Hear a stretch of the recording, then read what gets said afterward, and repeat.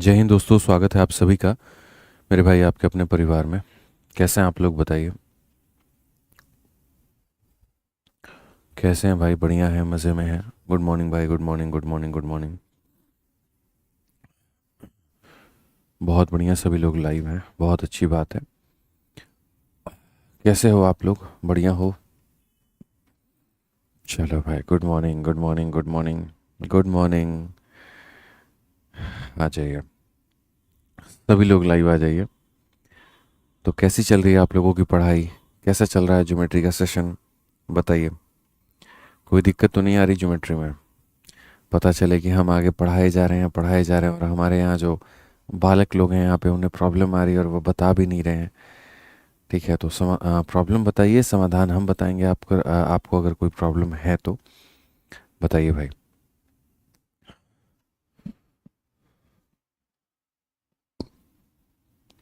अच्छा, I love you. चलो भाई, लव यू टू। बहुत बढ़िया, बहुत बढ़िया। जल्दी बताइए भाई, फटाफट बताइए। बहुत बढ़िया। ये एक भाई का कमेंट था, दिखाना क्या कह रहा था। ठीक है। नहीं नहीं, उसके ऊपर Ayushi Mishra and sir, I'm a student from BHU University. As our final exams has just concluded, this is my first class. I would be grateful if you could guide me on how to catch up with all the previous lectures. तो आयुषी जी, मेरे मतलब आप समझिए इस बात को। जो मैंने पीछे की जो क्लासेस मैंने कराई है वो आपको देखना पड़ेगा, रिकॉर्डेड फॉर्मेट में आपको देखना पड़ेगा, और 2x के फॉर्मेट में आपको देखना पड़ेगा। ठीक है, तभी आपको आगे की जो लेक्चर्स हैं, जो आज से जो आगे के लेक्चर्स हैं, वो आपको समझ में आएगा। ठीक है, तो अगर ये ज्योमेट्री की अगर हम बात करें तो ज्योमेट्री में आप शुरुआत करिए पहले लाइंस एंड एंगल से, फिर उसके बाद में आप ट्रायंगल में आइए, और तब उसके बाद में यहाँ से आगे से पढ़ना आप शुरू करिए। ठीक है। आप देख लीजिए यहाँ पर कि किस टाइम पर आप उसको देख सकती हैं, स्पेयर टाइम पे।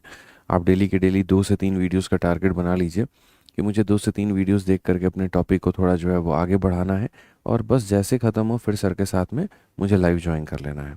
तो इट्स ऑल अपॉन यू कि आप उसको कैसे प्लान करते हो, कैसे शेड्यूल करते हो, और मेरे भाई किस तरीके से आप उसको लाइव में कैच करते हो। क्लियर है ये बात यहाँ? चलिए आ जाइए।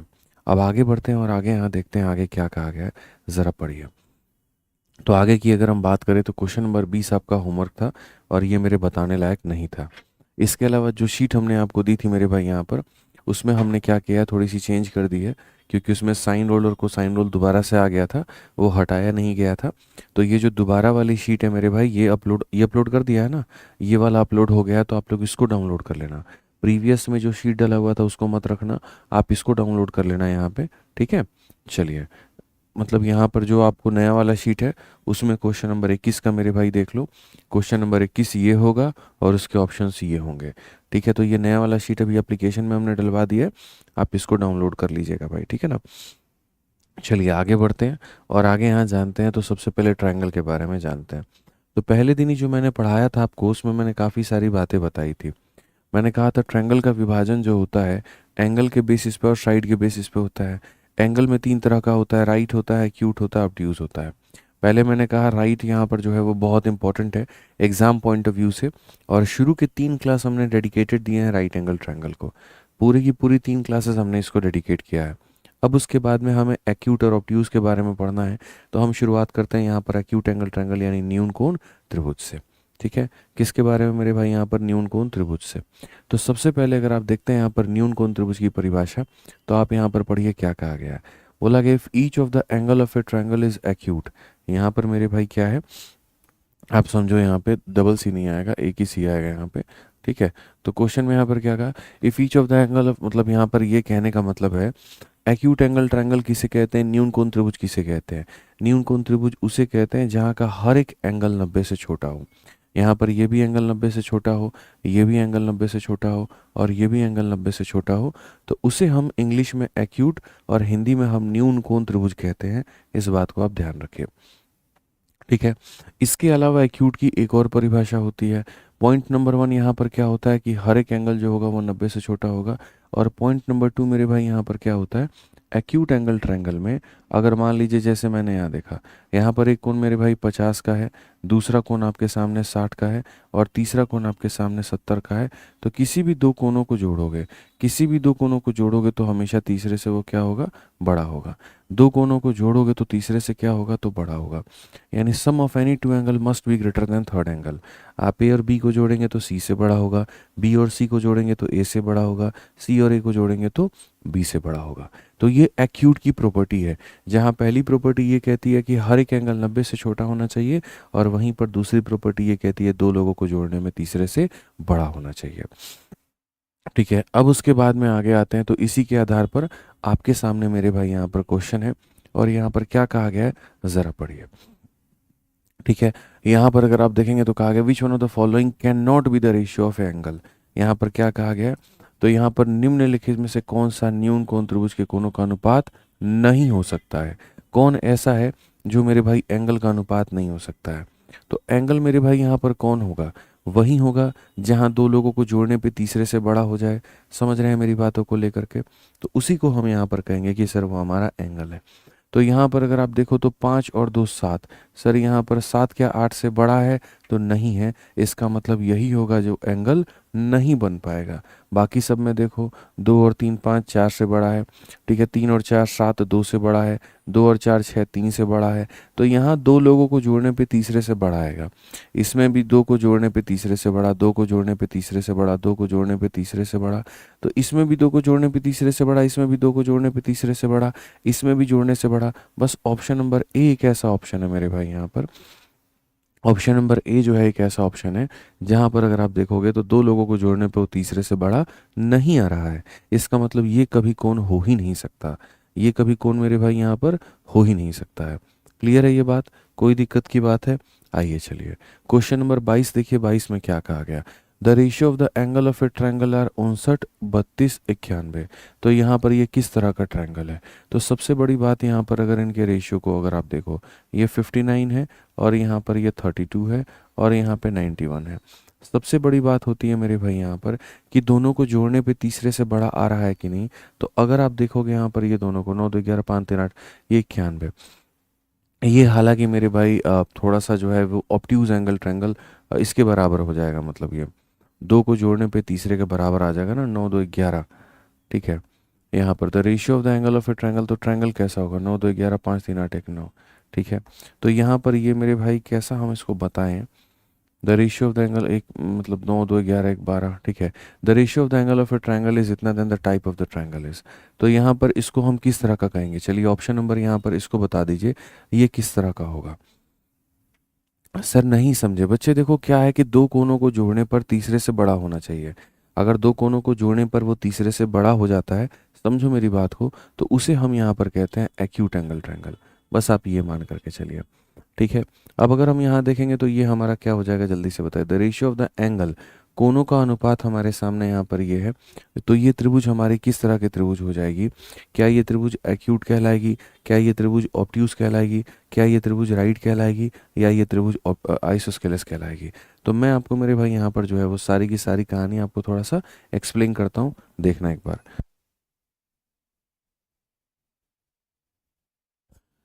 देखिए मेरे भाई ट्रायंगल कितने प्रकार के होते हैं और क्या होते हैं। सबसे पहले बात करते हैं, तो अगर मान लीजिए जहाँ पर एंगल हमारा 90 से कम होता है उसे हम एक्यूट कहते हैं। फिर उसके बाद हम बात करते हैं जहाँ एंगल हमारा 90 के बराबर होता है उसे हम राइट कहते हैं। फिर उसके बाद हम बात करते हैं जहाँ एंगल हमारा 90 से ज़्यादा होता है, हम उसे यहाँ पर मेरे भाई ऑब्ट्यूज यानी अधिक कोण कहते हैं। और हम तीनों की परिभाषा आपको बता देते हैं, आपको कहीं पर कोई दिक्कत नहीं आएगी और भरपूर क्लैरिटी आपके पास में होगा, कोई दिक्कत नहीं होगा। यहाँ का चाहे आप एंगल ए का बात कर लो, एंगल बी का बात कर लो, एंगल सी का बात कर लो। अगर आप यहाँ पर तीन एंगल देखोगे तो तीनों में से कोई भी एंगल, एंगल ए भी 90 से छोटा होगा, ठीक है, एंगल बी भी 90 से छोटा होगा। तो हम यहाँ पर लाइन से मेरे भाई लिख सकते हैं कि हमारा ए जो है यहाँ पर वो भी 90 से छोटा है, हमारे सामने यहाँ जो बी है मेरे भाई वो भी 90 से छोटा है, और हमारे सामने जो सी है वो भी 90 से छोटा है। हमारे सामने मेरे भाई यहाँ पर जो तीनों हैं, तीनों के तीनों मेरे भाई यहाँ पर 90 से छोटे हैं, ये अपने दिमाग में अपने को डाल लेना है। इसके अलावा यहाँ पर क्या होगा, किसी भी दो एंगल को जोड़ोगे, अगर मानो ए और बी को जोड़ते हो तो वो मेरे भाई सी से बड़ा होगा। आप ए और सी को जोड़ोगे तो वो हमारा बी से बड़ा होगा, और अगर आप बी और सी को जोड़ोगे तो वो हमारा ए से बड़ा होगा। ये बात आप मान करके चलो, ये बात आप मेरे भाई यहाँ पर मान करके चलो। क्लियर है ये बात? यहाँ पे कोई दिक्कत की बात है? ये पॉइंट नंबर आपका 1 हो जाता है। अच्छा, सबसे बड़ी बात, इसमें दो तरह के रिलेशंस होते हैं। वो दो तरह के रिलेशंस कौन कौन से होते हैं मैं बता देता हूँ। एक तो मेरे भाई यहाँ पर एंगल का होता है और एक हमारा साइड का होता है। तो मैं आपको सारे रिलेशंस बताता हूँ, आप समझना।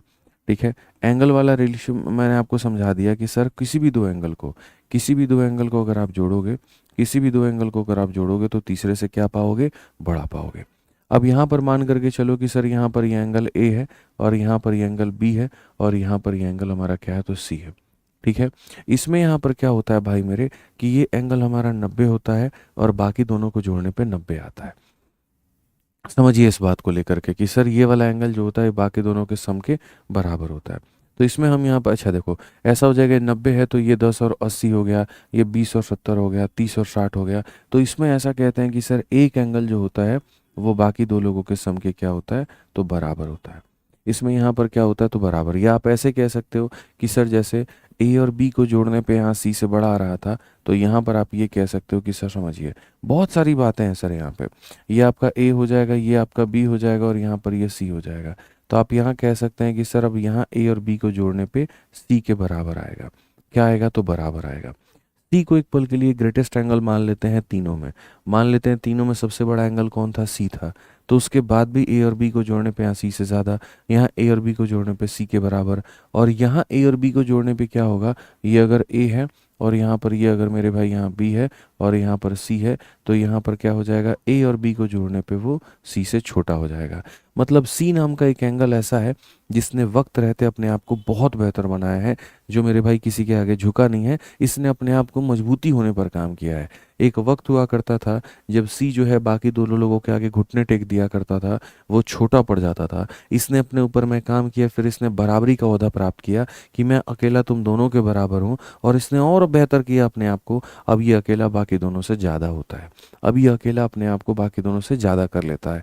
यानी जैसे जैसे एंगल मेरे भाई यहाँ पर बढ़ता है, जैसे जैसे एंगल हमारा बढ़ता है, वैसे वैसे कहानी जो है मेरे भाई यहाँ पर चेंज होती है। ठीक है, पहले यहीं एक सी मेरे भाई हुआ करता था जो ए और बी से मेरे भाई क्या था? तो ये अकेला सी दोनों के सम से छोटा था। अब यहाँ पर बराबर हुआ, अब यहाँ पर ज़्यादा हुआ। तो ये समझने की आवश्यकता है। अगर इस तरह की कहानी है, तो अगर इस तरह की कहानी है तो त्रिभुज कौन सा कहलाएगा? त्रिभुज हमारा एक्यूट कहलाएगा, न्यून कोण त्रिभुज कहलाएगा। अगर इस तरह की कहानी है तो त्रिभुज हम यहाँ पर क्या कहेंगे? तो वो राइट एंगल ट्रायंगल कहेंगे। ठीक है, यानी समकोण त्रिभुज कहेंगे। और अगर इस तरह की कहानी है तो उसे हम क्या कहेंगे? ऑब्ट्यूज कहेंगे, यानी अधिक कोण त्रिभुज हम यहाँ पर कहेंगे। साइड के भी रिलेशंस होते हैं, लेकिन हमें वो ध्यान में नहीं देने हैं। आप उसके लिए निश्चिंत रहें, आप उसके लिए परेशान ना हो। तो अगर आप बताएं यहाँ पर, तो देखिए, तो आप यहाँ दो एंगल को जोड़ने पर तीसरे के बराबर आ रहे हैं। आप 59 में यहाँ पर जो है 32 को जोड़ते हैं। ठीक है, अगर मेरे भाई वो बड़ा होता 91 से, तो हम इसे कहते हैं मेरे भाई एक्यूट कहते हैं यहाँ पर। अगर 59 को मेरे भाई यहाँ पर 32 को जोड़ने के 91 के बराबर आएगा, तो हम यहाँ पर इसे क्या कहेंगे? तो हम यहाँ पर इसे राइट एंगल कहेंगे मेरे भाई। ठीक है, और अगर मान लीजिए 59 को 32 से जोड़ने पे यहाँ जो 91 है वो बड़ा है, तो हम इसे क्या कहेंगे? तो ऑब्ट्यूज कहेंगे। आप मेरे को एक बात बताओ, कौन सा वाला केस आपके सामने बन रहा है? ये है, ये है, ये है। इन दोनों को जोड़ने पे 91 91 बराबर 91, यानी राइट आएगा। तो राइट आएगा तो कौन सा ऑप्शन सही होगा? बी सही होगा। बी सही होगा तो मेरे भाई यहाँ पर ये फर्जी है और यहाँ पर ये फर्जी है। अब क्लियर है मेरे भाई यहाँ पर बात? समकोण त्रिभुज है। ठीक है, तो ये छोटी सी बारीकियां हैं जो आपको ध्यान में देनी है और गलती नहीं करना है। ठीक है, आ जाइए चलिए 23 उसके बाद की प्रॉपर्टी अब पढ़ते हैं, और अब हम भुजाओं के साथ हम कहानी देखते हैं। भुजाओं के साथ हम जो है बात समझते हैं कि ये वाला जो पार्ट हमने आपको पढ़ाया है यहाँ पर एंगल वाला केस, बस मेरे भाई यहाँ पर इसी के अंदर में आपको साइड का भी जानकारी प्राप्त कर लेना है कि जो ये एंगल का कहानी था, इसी के अंदर में अगर मेरे भाई साइड के बारे में बात हो तो साइड के बारे में क्या चर्चा होगी वो समझो। साइड के बारे में कुछ कहानी मेरे दोस्त यहाँ पर ऐसी हो जाएगी, जैसे ऐसे मान करके चलते हैं मेरे भाई यहाँ पर कि वही यहाँ पर ये ट्रायंगल हो गया, आपका ए हो गया, बी हो गया, और आपका ये सी हो गया। ठीक है, या फिर आप यहाँ पर एक काम कर लो, आप यहाँ पर ये बोल लो कि सर हम साइड को ऐसे मान लेते हैं, साइड की वैल्यू मान लेते हैं। साइड में ऐसे मान लेते हैं कि सर देखो यहाँ पर ये क्या है? तो x है, और बाकी यहाँ पर b के आगे y है, और यहाँ पर इसके आगे z है। ठीक है, उसी तरीके से सर c के आगे x है, b के आगे y है, और यहाँ पर इसके आगे z है। ठीक है। उसी तरीके से सर सी के आगे यहाँ पर क्या है तो x है, और यहाँ पर जो है y है, और यहाँ पर क्या है तो z है। साइड वाला रिलेशन भी एंगल वाले रिलेशन की तरह मेरे भाई यहाँ पर होता है। साइड वाला रिलेशन भी मेरे भाई यहाँ पर एंगल वाले रिलेशन की तरह होता है। ठीक है, समझिए मेरे भाई बात को लेकर के। तो साइड और एंगल में रिलेशन यहाँ पर क्या होता है, जैसे मानो अगर ये सबसे बड़ा एंगल है तो यहाँ पर क्या कहा जाता है एक्यूट में कि बाकी दोनों के स्क्वायर का सम, यानी यहाँ पर y का स्क्वायर और साथ में यहाँ पर z का स्क्वायर, ये हमेशा बड़ा होगा। और किसके स्क्वायर से बड़ा होगा, x के स्क्वायर से। ये साइड का रिलेशन है। ये क्या है मेरे भाई, यहाँ पर साइड का रिलेशन है। ठीक है, अब उसके बाद अगर हम बात करें यहाँ पर, तो इन दोनों का जो मेरे भाई सम होगा ये हमारा यहाँ पर इसके बराबर होगा। तो यहाँ पर y का स्क्वायर और प्लस यहाँ पर मेरे भाई z का स्क्वायर, ये बराबर हो जाएगा कितने के, x के स्क्वायर के। ये बराबर हो जाएगा कितने के, तो x के स्क्वायर के। और यहाँ पर मेरे भाई क्या होगा, तो यहाँ पर मेरे भाई हो जाएगा y का स्क्वायर और प्लस z का स्क्वायर। ये मेरे भाई यहाँ पर इससे क्या होगा, बड़ा होगा। यानी वही कहानी है, जैसे यहाँ पर क्या करता था, एंगल धीरे धीरे अपने आप को बड़ा होता गया। किसी ज़माने में वो छोटा था, फिर वो बराबर आया, फिर वो बड़ा बन गया। उसी तरीके से अगर हम साइड की बात करें, किसी ज़माने में वो छोटा था, फिर वो बराबर हुआ और फिर वो बड़ा हो गया। ठीक है, तो ये समझते हैं। बाकी कुछ लोगों को यहाँ पर ये कन्फ्यूजन है कि सर यहाँ पर आपने गलत किया है और यहाँ पर ये 91 दिया गया है, तो 91 पे कभी भी बात हमारी नहीं बनती है। और सर यहाँ पर जो है इस तरीके से आपको ये समझने की आवश्यकता है कि ये राइट नहीं हो सकता है। मेरे भाई यहाँ पर ये एक रेशियो है, पहले मेरे बात को समझ लेना। ठीक है, और रेशियो की जहाँ तक बात होती है, तो रेशियो में आप ये नहीं कह सकते कि सर यहाँ पर ये 91 होना चाहिए। रेशियो कुछ भी हो सकता है। जैसे मैं आपको एग्जांपल समझाता हूँ। मान लीजिए कि ये राइट एंगल ट्रायंगल है मेरे भाई यहाँ पर, ठीक है ना। अब ये राइट एंगल ट्रायंगल है, इनके एंगल्स को किस रेशियो में बांट दिया गया है कोई नहीं जानता है। हो सकता है मेरे भाई जैसे अब ये 30-60-90 होता है, 30 होता है, 60 होता है, 90 होता है। तो अगर आप देखोगे कि सर यहाँ पर जो रिलेशन है, ठीक है, अगर आप पढ़ोगे मेरे भाई यहाँ के सर ये 30 है, ये 60 है और ये 90, एग्जाम्पल के तौर पे मानो मैं ऐसे ना दे करके इनका रेशियो 1, 2 और 3 देता हूँ। ठीक है, 1, 2 और क्या देता हूँ, 3 देता हूँ, और मैं आपको यहाँ पर ये मिटा देता हूँ और मैं कहता हूँ एक एंगल है जिसका रेशियो यहाँ पर इस तरीके से 1, 2 और 3 है मेरे भाई यहाँ पे। ठीक है, कोई एंगल है जिसका रेशियो यहाँ पर 1, 1 और मेरे भाई यहाँ पर 2 है। कोई एंगल है जिसका रेशियो 2, 3 और मेरे भाई यहाँ पर 5 है। ठीक है, तो इससे आपको कोई मतलब नहीं। कोई एंगल हो सकता है, मैं आपको ऐसे भी कह दूं, कोई एंगल हो सकता है मेरे भाई यहाँ पर 61 हो सकता है, और उसके बाद में 32 हो सकता है, और यहाँ पर ये 92 हो सकता है। मैं आपको ऐसे रेशियो दे दूं और मैं कहूँ बताओ कौन सा ट्रायंगल है। पहले दोनों को जोड़ने पे तीसरे के बराबर तब भी राइट कहोगे, पहले दोनों को जोड़ने पे तीसरे के बराबर तब भी राइट कहोगे, पहले दोनों को जोड़ने पे तीसरे के बराबर तब भी राइट कहोगे, पहले दोनों को जोड़ने पे तीसरे के बराबर तब भी राइट कहोगे। तुम्हें ये मतलब नहीं है कि सर यहाँ 92 आपने कैसे दे दिया। भाई देने को तो मैं बहुत कुछ दे सकता हूँ। मैं देने को तो यहाँ पर 105 दे सकता हूँ, 107 दे सकता हूँ, और यहाँ पर 212 दे सकता हूँ। और बोलो मेरे भाई यहाँ पे करने को तो हम कुछ भी कर सकते हैं, क्योंकि बाद में इसको जब डिग्री में कन्वर्ट करोगे तो ये जितना भी रेशियो दिया गया है ये 90 डिग्री बन जाएगा। ये 90 डिग्री बन जाएगा मेरे भाई। जैसे यहाँ 3 का मान 90 होते ही 2 का मान 60 और 1 का मान 30 हो जाएगा। 2 का मान 90 होते ही ये 45 और ये 45 हो जाएगा। समझ रहे हो। ये 5 का मान 90 होते ही 1 का मान 18 है तो 2 का मान 36, 3 का मान 72 हो जाएगा। तो वैसे ही यहाँ पर 92 का मान 90 होते ही 1 की वैल्यू 90/92, तो इसको गुना करोगे तो इसको 90/92 से गुना कर दो, इसको उससे गुना कर दो। ये 212 90 का मान है तो उसके आधार पर 107 और 105 निकलेगा। मतलब इससे थोड़ी है मेरे भाई यहाँ पे, आप समझो। मतलब इससे थोड़ी, मतलब खाली ये दोनों का सम इसके बराबर में आना चाहिए बस। जैसे अगर आप यहाँ देखो 9 और 2 11, 5 3 8 1 9, ये 91 बराबर 91 आना चाहिए, बस बात खत्म। उससे कोई फर्क नहीं पड़ता है। एक बच्चा कह रहा है सर 61 और यहाँ 32 को जोड़ने पे 93 आता है। अरे यार कहाँ 61 है रे, गजब हाल है। ये देखेगा क्या है, 59 और 32 है। 61 तुम कहाँ से लेकर के आ गया बताना। रजनीश भाई तुम्हारे लिए 61 कहाँ से आ गया, ज़रा मुझे ये बता दो कहाँ है। अरे तो ये तो एग्जाम्पल है यार, ये तुम्हें समझाने के लिए है। ठीक है, तो यहाँ पर ये मेरे भाई समझने की आवश्यकता है। क्लियर है ये बात। ठीक है, अब आ जाओ। चलो, तो ये मुझे लगता है अब क्लियर हो गया। अब जो हम लोग पॉइंट पढ़ रहे थे वो हम लोग क्या पढ़ रहे थे, जरा यहाँ पर ये देखो। जो हम लोग पॉइंट पढ़ रहे थे मेरे भाई यहाँ पर वो ये था कि जैसे आपने एंगल में देखा कि दो का सम तीसरे से बड़ा है, दो का सम तीसरे के बराबर है, दो का सम यहाँ छोटा है तीसरे से, तो वैसे ही साइड में यहाँ दो के स्क्वायर का सम मेरे भाई तीसरे से बड़ा होना चाहिए। दो के स्क्वायर का सम तीसरे के स्क्वायर के बराबर है तो उसे हम कहते हैं समकोण त्रिभुज, और दो के स्क्वायर का सम अगर तीसरे के स्क्वायर से छोटा है तो उसे हम यहाँ पर कहते हैं ऑब्ट्यूज एंगल ट्रायंगल। क्लियर हो गया ये बात? यहाँ पे कोई दिक्कत की बात है, कोई परेशानी की बात है? अब आइए चलिए मेरे भाई यहाँ पर इसमें क्वेश्चंस करते हैं। हमने एंगल्स के बारे में जानकारी प्राप्त कर ली, ठीक है। अब हम भुजा के बारे में जानकारी प्राप्त करेंगे। आगे पढ़ाने के पहले मैं सेल्फ मेड एग्जांपल दूंगा ताकि आपको क्लैरिटी मिले और आप यहाँ पर मेरे को बता पाओ। तो पहला क्वेश्चन हम आपको देते हैं मेरे भाई यहाँ पर, देखिए साइड के बेसिस के ऊपर में, ठीक है। साइड के बेसिस पहला क्वेश्चन जो है मेरे भाई यहाँ पर मेरी तरफ से आ रहा है एंगल के बेसिस पे, और सारे के सारे बताओगे और बढ़िया बताओगे। चलो एक काम करो, मैं आपको बताता हूँ कि कोई एक ट्रायंगल है और मेरे भाई वहाँ पर वो ट्रायंगल का जो रेशियो है वो कुछ इस प्रकार से है कि 2, 3 और 4 है। तो मुझे बता दो यहाँ पर ये किस तरह का होगा। एक मेरे भाई यहाँ पर ट्रायंगल है जहाँ पर है ये 7 है, 6 है और मेरे भाई यहाँ पर ये 5 है, ठीक है। तो यहाँ पर ये किस तरह का होगा? 7, 6, 5 मत करो, एक काम करो यहाँ पर ऐसा कर लो मेरे भाई, 7, 6 और मेरे भाई यहाँ 13 कर लो, ठीक है। ये किस तरह का होगा? फिर उसके बाद में मेरे भाई यहाँ पर 7 हो गया, 4 हो गया और यहाँ पर 15 हो गया। ये बताओ कैसा होगा? ये एंगल्स का मेरे भाई यहाँ पर रेशियो है। तो बताओ यहाँ पर ये किस तरह का ट्रायंगल कहोगे, इसे किस तरह का ट्रायंगल कहोगे मेरे भाई यहाँ पर, और इसे किस तरह का ट्रायंगल यानी त्रिभुज मेरे भाई आप कहेंगे? बताइए मेरे भाई, ठीक है। तो सबसे पहले आप यहाँ पर क्या कहेंगे? तो आप बोलेंगे गुरुजी देखिए बात को समझिए आप यहाँ पे, ठीक है। यहाँ पर क्या है गुरुजी आप समझिए, यहाँ पर क्या है मेरे भाई यहाँ पर, ठीक है। यहाँ दो को जोड़ने पे तीसरे से बड़ा हो रहा है गुरुजी, यहाँ पर दो को जोड़ने पे तीसरे से वो बड़ा हो रहा है। तो जब भी दो को जोड़ने पे तीसरे से बड़ा होगा तो उसे इंग्लिश में कहेंगे एक्यूट, और हिंदी में हम यहाँ पर कहेंगे न्यून कोण त्रिभुज। क्या कहेंगे गुरुजी? न्यून कोण त्रिभुज। यहाँ पे क्लियर है ये बात? कोई दिक्कत की बात है? यहाँ देख लीजिए गुरुजी 7 और 6 को जोड़ने पे यहाँ पर 13 आ रहा है, ठीक है। अब ये 13 जो है ये 90 डिग्री के बराबर है। अब चाहे तुम 1 डिग्री का मान निकाल लो, कोई दिक्कत नहीं। तो सर दो को जोड़ने पे तीसरे के बराबर आ रहा है तो इसे इंग्लिश में हम कहते हैं राइट एंगल ट्रायंगल, और हिंदी में हम यहाँ पर क्या कहते हैं? तो हिंदी में हम यहाँ पर कहते हैं समकोण त्रिभुज। हिंदी में हम यहाँ पर क्या कहेंगे? समकोण त्रिभुज।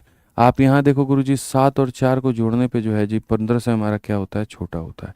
तो यहाँ पर हम क्या कहेंगे? तो इसे हम यहाँ पर कह देंगे और हम इसे कह देंगे गुरुजी ऑब्ट्यूज एंगल ट्रायंगल। अच्छा, कुछ लोग ऐसे दिमाग एक्स्ट्रा लगा लेते हैं और कुछ लोग पता है क्या लगा लेते हैं एक्स्ट्रा, मैं आपको बता देता हूँ एक्स्ट्रा दिमाग क्या लगाते हैं। वो बोलते हैं दो को जोड़ने पे तीसरे से छोटा आ रहा है, तुम जोड़ ही गलत रहे हो। वो मेरे को ऐसे एग्जाम्पल देते हैं कि सर आप यहाँ पर 7 और 15 को जोड़ो और तब देखो सर यहाँ पर 4 से बड़ा आ रहा है, और आपने नियम तो ये पढ़ा रखा है कि किसी भी दो को जोड़ने पे यहाँ तीसरे से बड़ा आ जाए तो एक्यूट बना दो। तो सर अगर ऐसे जोड़ते हैं तो एक्यूट बनता है और ऐसे जोड़ते हैं तो ऑब्ट्यूज बनता है। बिल्कुल मेरे भाई आप ऐसा सोच ही नहीं सकते, ठीक है। ये मेरे भाई यहाँ पर जो आप करते हैं ना ये तब करते हैं, ठीक है, जो एक अकेला इंसान यहाँ पर जो होता है ना वो सबसे बड़ा होता है, ठीक है। सबसे बड़े वाले को आपको एक तरफ में रखना होता है और बाकी छोटे वाले को एक तरफ में रखना होता है, और तब आपको कंपेयर करना होता है। 2, 3 और 4 में सबसे बड़ा 4 है। 4 एक तरफा अकेला रहेगा, बाकी दोनों इधर रहेंगे। यहाँ पर 7, 6 और 13 में 13 एक तरफा अकेले आपको एक तरफ में रहेगा। 7, 4, 15 में 15 अकेला एक तरफ रहेगा, ठीक है। तो ये एक तरफा इंसान अगर बाकी दोनों के आगे छोटा पड़ जाता है तो एक्यूट कहते हैं। सबसे यहाँ पर जो लॉन्गेस्ट, सबसे यहाँ पर जो है लार्जेस्ट एंगल है, लार्जेस्ट एंगल अगर बाकी दोनों के बराबर हो जाए तो राइट कहते हैं, और अगर सबसे लार्जेस्ट एंगल बाकी दोनों के सम के मेरे भाई यहाँ पर क्या हो जाए? छोटा पड़ जाए तो उसे हम क्या कहते हैं? ऑब्ट्यूज कहते हैं।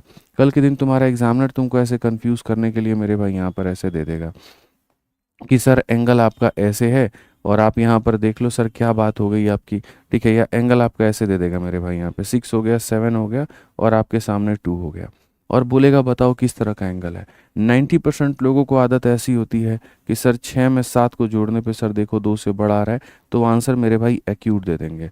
वो आंसर में क्या दे देंगे? एक्यूट, जबकि उनको नहीं पता कि उनका आंसर ये जो है वो गलत है। उनका जो आंसर है मेरे भाई यहाँ पर वो गलत हो सकता है, ठीक है। मैं एक काम करता हूँ, यहाँ पर आप ऐसे मान करके चलो 6, 7 और यहाँ पर मैं 1 ले लेता हूँ, ठीक है। तो वो आंसर में मेरे भाई यहाँ पर क्या दे देंगे? बोलेंगे सर देखो यहाँ पर 6 और 7 का सम जो होता है वो 1 के बड़ा होता है, तो ये आंसर क्या हो जाएगा? गलत हो जाएगा। जबकि आपको क्या लेना होता है? सबसे बड़े वाले को सबसे बड़े वाले को एक तरफ में लेना होता है और बाकी दोनों को एक तरफ में लेना होता है। अब जब आप इनको जोड़ोगे और इनको जोड़ोगे तो पाओगे ये बराबर हैं, और ये बराबर है तो यहाँ पर ये क्या बन जाएगा, तो ये आपका राइट का केस बन जाएगा, और राइट का केस बन जाएगा तो ये क्या होगा, सही होगा।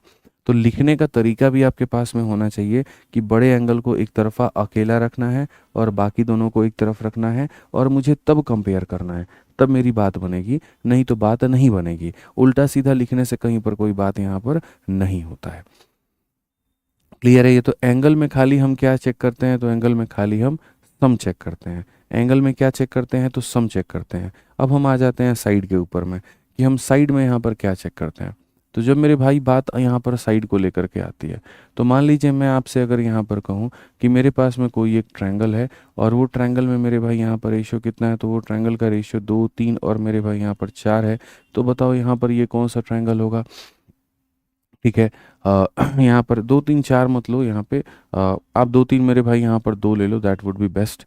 ठीक है, आप ऐसे ले लो, ठीक है, या 2, 3, 4, 2, 3, 4 मत लो यार, मैं आपको ना दूसरा एग्जांपल देता हूँ, थोड़ा सा बेहतर एग्जांपल देता हूँ। मेरे भाई यहाँ पर 3 हो गया, 1 हो गया, ठीक है, या फिर ठीक है, या फिर मेरे भाई यहाँ पर हो गया 3 हो गया, 1 हो गया, और मेरे भाई यहाँ पर 2 हो गया।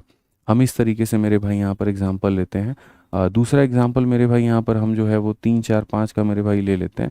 ठीक है, मल्टीपल तरह के एग्जांपल्स हैं, आपको ये समझने की आवश्यकता है। और तीसरा एग्जांपल मेरे भाई यहाँ पर हो जाएगा, आप ऐसे मान करके चलो कि मेरे भाई 8 है, ठीक है, उसके बाद में 5 है, और उसके बाद में यहाँ पर 7 है। ठीक, आप ऐसे मान करके चलो। 3 तरह के मेरे भाई एग्जाम्पल हमने आपको दिया है। आपको सेम काम साइड में भी करना है। जैसे एंगल में सबसे बड़े वाले को एक तरफ छांट लिया था और बाकी दोनों लोगों को आपने एक तरफ छांटा था, साइड में भी वैसे ही करोगे। सबसे बड़े वाले को मेरे भाई एक तरफ में छांट लेना और बाकी लोगों को इसमें छांट लेना। यानी अगर साइड की अगर हम बात करें तो साइड में यहाँ पर क्या करोगे, सबसे बड़ा वाला यहाँ कौन है, 3 है, 3 को एक तरफ में छांट लो और बाकी दोनों को एक तरफ में छांट लो। ठीक है, साइड में क्या होता है, साइड में इनका स्क्वायर किया जाता है सबका, और स्क्वायर करके चेक किया जाता है कि ये जो बाकी 2 लोग हैं और यहाँ पर ये है, क्या कहानी बन रही है। 1 का स्क्वायर 1 है, यहाँ 2 का स्क्वायर 4 है, और ये हमारा 9 है, ये 5 है और ये 9 है। अगर ये इंसान अकेला बड़ा हो जाता है, अगर ये इंसान अकेला बड़ा हो जाता है इन दोनों के सम से, तो यहाँ पर क्या कहते हैं, तो यहाँ पर हम ऑब्ट्यूज कहते हैं। अगर ये मुंह इधर की तरफ खुला होता तो एक्यूट आता, अगर बराबर की तरफ होता राइट आता, अगर इधर की तरफ खुला है तो क्या आ जाएगा, ऑब्ट्यूज आ जाएगा। क्या आ जाएगा, ऑब्ट्यूज आ जाएगा। एक अकेला अगर बाकी दोनों के सम से बड़ा है तो क्या कहते हैं, ऑब्ट्यूज, यानी अधिक कोण त्रिभुज कहते हैं। ठीक है, यहाँ पर आ जाइए। सबसे बड़ा कौन है, 5 है, तो 5 को एक तरफ में रखिए और बाकी 3 को और मेरे भाई यहाँ पर 4 को आप एक तरफ में रखिए। ठीक है, 5 के स्क्वायर को एक तरफ में रखिए, बाकी को इधर रखिए। ये सर 9 हो जाएगा और ये 16 हो जाएगा और ये 25 है। एट द एंड में देखेंगे तो सर 25 आ गया और 25 आ गया, दोनों बराबर हैं। अगर ये दोनों बराबर हैं तो यहाँ पर इंग्लिश में सर ये हो जाएगा हमारा राइट एंगल ट्रायंगल, और हिंदी में हम इसे कहेंगे बच्चों समकोण त्रिभुज। इंग्लिश में ये राइट एंगल ट्रायंगल है मेरे भाई यहाँ पे, और हिंदी में यहाँ पर क्या है, तो समकोण त्रिभुज है। क्लियर है ये बात? आ जाओ चलो अंतिम वाला देखते हैं, अंतिम वाले की कहानी क्या है। सबसे बड़े वाले को तुम्हें एक तरफ में रखना है और बाकी छोटे वालों को तुम्हें यहाँ पर एक तरफ में रखना है। इनके स्क्वायर का सम अलग करो, इसके स्क्वायर का सम अलग करो, और मेरे भाई यहाँ चेक करो। 5 का स्क्वायर 25 होता है दोस्त यहाँ पे, 7 का स्क्वायर 49 हो जाता है, 8 का स्क्वायर कितना होता है, 64 होता है। यहाँ पर ये कितना हो जाएगा, 74, और यहाँ पर ये 64। सर यहाँ पर ये जो अकेला व्यक्ति है बाकी दोनों के आगे छोटा पड़ गया है, तो अगर ये छोटा पड़ गया तो मेरे भाई यहाँ पर क्या होगा, एक्यूट होगा। ठीक है, क्या पड़ गया तो मेरे भाई एक्यूट। अगर ये जो है तुम्हारी तरफ में खुला है, लेफ्ट के साइड में खुला हुआ है तो एक्यूट कहते हैं, और अगर ये राइट के साइड में खुला हुआ है तो क्या कहते हैं, ऑब्ट्यूज कहते हैं। यही छोटी सी बारीकियां बताओ, कितना आसान हो गया भुजा के आधार पर आपको त्रिभुज के बारे में बांटना, कोण के आधार पर त्रिभुज के बारे में बांटना, कितना आसान हो गया बताइए। कहीं पर कोई दिक्कत आया? मान लीजिए पेपर में क्या पूछा क्या नहीं पूछा उसको आप साइड में छोड़िए, हमने जो एग्जाम्पल दिया वो आपको क्लियर हुआ कि नहीं, आप उसको देखिए मेरे भाई। ठीक है, जैसे भुजा में भी अगर हम बात करें, एक अकेला कोण अगर बाकी दोनों से छोटा पड़ता है तो एक्यूट है। ठीक है, और कोण के मामले में बात करें, एक अकेला कोण बाकी दोनों के कोण से छोटा पड़ता है तो एक्यूट है। ठीक है, फिर उसके बाद एक अकेला कोण बाकी दोनों के सम के बराबर, या एक अकेली भुजा का स्क्वायर बाकी दोनों के स्क्वायर के सम के बराबर, दोनों केस में हम उसे राइट कहते हैं। ठीक है। और अगर लास्ट वाला केस देखें, एक अकेला कोण हो जो बाकी दोनों के कोण के सम से बराबर, या एक अकेली भुजा का स्क्वायर है जो बाकी दोनों के स्क्वायर के सम के बड़ा होगा, तो यहाँ पर वो क्या कहलाएगा, ऑब्ट्यूज कहलाएगा। ये समझना है और ये बात जानना है और हम आगे देखेंगे। ठीक है, चलिए मेरे भाई यहाँ पर आगे बढ़ते हैं और आगे यहाँ देखते हैं क्या कहा गया। तो आगे यहाँ पर क्वेश्चन नंबर 23 को देखिए क्या कहा गया। 23 को नहीं, मतलब पहले ये सारी प्रॉपर्टी को समझ लीजिए। तो कहा गया है which one of the following can be the three side of acute angle triangle. कौन एक्यूट बना देगा। और एक्यूट के स्पेलिंग में डबल सी नहीं आता है, ये टाइपिस्ट की गलती है, आप इसको इग्नोर करिए। तो यहाँ पर इनमें से कौन सा एक्यूट होगा। तो एक्यूट का मतलब होता है दो लोगों के स्क्वायर का सम तीसरे से बड़ा होना चाहिए। तो यहाँ पर मेरे भाई 2 का स्क्वायर 4 है, 4 का स्क्वायर देखो यहाँ यहाँ क्या करेंगे, तो ऑप्शन नंबर ए की बात करते हैं। ऑप्शन नंबर ए में मेरे भाई जो यहाँ पर है 2 और 3 को आप एक तरफ में रखोगे और सबसे बड़े वाली भुजा को आप अलग रखोगे। ठीक है, इन दोनों का स्क्वायर मेरे भाई निकालोगे और यहाँ इसका स्क्वायर निकालोगे। 2 का स्क्वायर 4 है, 3 का स्क्वायर मेरे भाई 9 है, और ये हमारा 16 है, ये हमारा 13 है, ये हमारा 16 है। 13 मेरे भाई इनके आगे घुटने टेक चुका। ठीक है, यहाँ पर अगर ये 13 बड़ा होता 16 से तो इसको हम एक्यूट कहते हैं। ये छोटा है तो ये कभी भी एक्यूट होगा, तो कभी भी एक्यूट मेरे भाई यहाँ पर नहीं होगा। कभी भी एक्यूट होगा तो कभी भी एक्यूट नहीं होगा। आ जाओ ऑप्शन नंबर बी को चेक करो। आप यहाँ पर देखो 1 और 2 को आप एक साथ में रखोगे और ये जो 3 है आप इसको अलग रखोगे। 1 का स्क्वायर कितना हो गया, तो 1 हो गया। 2 का स्क्वायर 4 हो गया, 3 का स्क्वायर 9। क्या ये 5 कभी भी 9 से मेरे भाई बड़ा है, तो नहीं बड़ा है, यानी ये भी एक्यूट होगा, तो ये भी एक्यूट हमारा नहीं होगा। ठीक है, अब उसके बाद अगर हम बात करें ऑप्शन नंबर सी को लेकर के, तो मेरे भाई 4 7 को एक साथ रखना है, 8 को अलग रखना है। ऑप्शन नंबर सी में 4 और 7 जो है मेरे भाई यहाँ पर वो एक साथ रहेगा और 8 जो होगा अलग होगा। 4 का स्क्वायर 16, 7 का स्क्वायर मेरे भाई यहाँ पर 49, और 8 का स्क्वायर कितना हो जाएगा, इतना। अगर आप देखोगे तो सर ये 65 और ये 64 है, ये हमारा बड़ा है। अगर यहाँ पर इन दोनों का सम बच्चों इससे बड़ा है, तो यहाँ पर कौन सा वाला एक्यूट होगा, ऑप्शन नंबर सी जो होगा वो एक्यूट होगा। ऑप्शन नंबर जो सी होगा वो क्या होगा मेरे भाई यहाँ पर एक्यूट होगा। क्लियर है ये बात।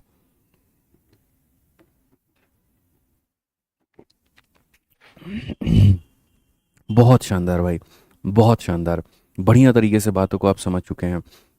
आइए चलिए, मज़ा आ रहा है, बिल्कुल मज़ा आएगा।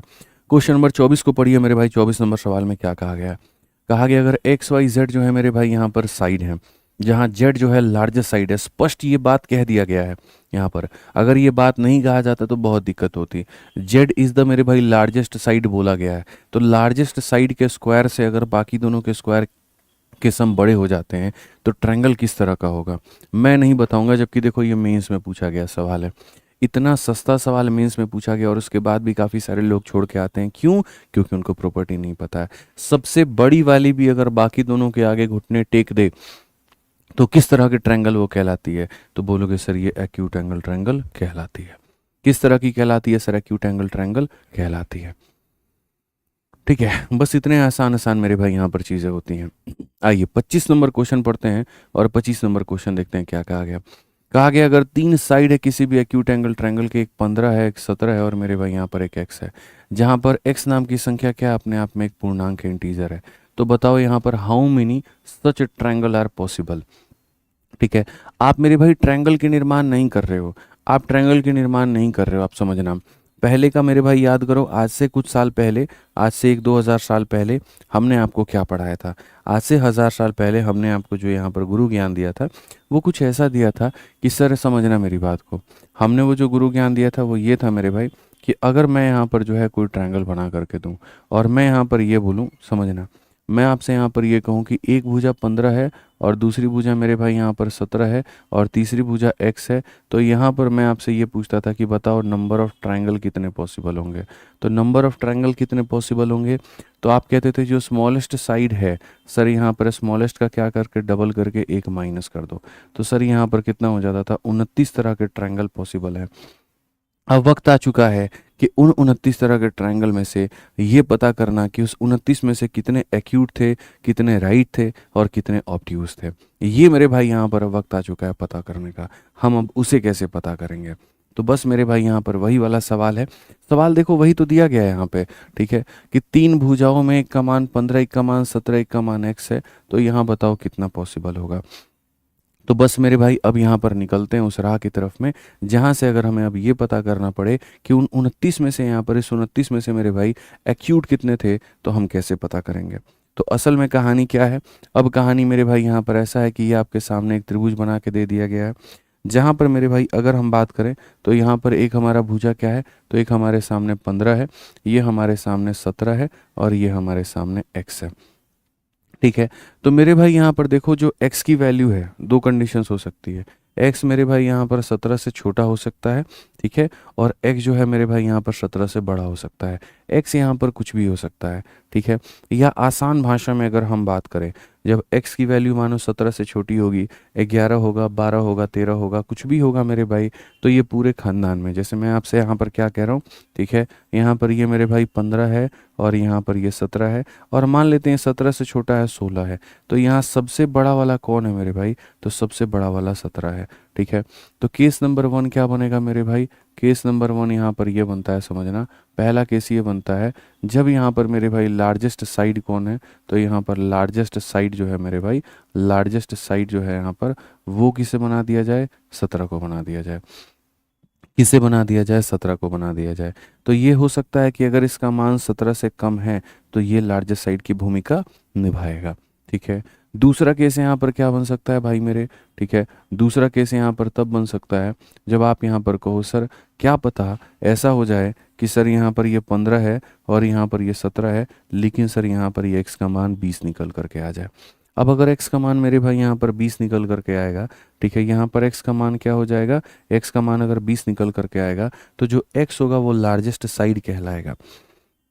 ये जो x होगा यहाँ पर अब ये लार्जेस्ट साइड कहलाएगा, यानी ये यहाँ पर सबका बाप होगा। समझ रहे हो मेरी बात को लेकर के। तो केस नंबर 2 में क्या पता मेरे भाई यहाँ पर जो है वो लार्जेस्ट साइड कौन हो जाए दोस्त यहाँ पे, तो केस नंबर 2 में जो लार्जेस्ट साइड है दोस्त यहाँ पर वो तुम्हारा x हो जाए। क्या हो जाए, तो x हो जाए। क्या हो जाए, तो x हो जाए, ठीक है।